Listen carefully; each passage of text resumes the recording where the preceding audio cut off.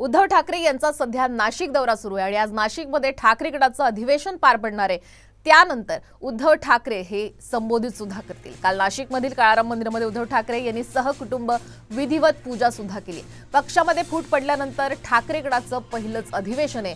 उद्धव ठाकरे पदाधिकारी आणि कार्यकर्त्यांना मार्गदर्शन करणार आहे। आगामी लोकसभा निवडणुकीचं ठाकरे हे रणशिंग फुंकणार आहे। संध्याकाळी नाशिकच्या हुतात्मा अनंत कान्हेरे मैदानावरती उद्धव ठाकरे यांची जाहीर सभा होणार आहे। विशेष म्हणजे तब्बल 30 वर्षांनंतर नाशिकमध्ये शिवसेनेचं हे अधिवेशन होत आहे।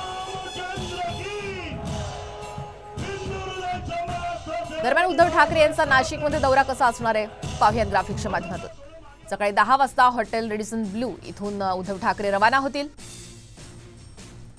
डेमोक्रेसी हॉटेल इथं पदाधिकारी आणि मेळाव्याला ते उपस्थित राहणार आहेत। दुपारी 2 ते 6 मध्ये हॉटेल रेडिसन ब्लू इथे आराम करतील। त्यानंतर 7 वाजता गोल्फ मैदान इथं जाहीर सभा उद्धव ठाकरे यांची होणार आहे। सभा झाल्यावर पुन्हा हॉटेल रेडिसन ब्लू मध्ये उद्धव ठाकरे परततील।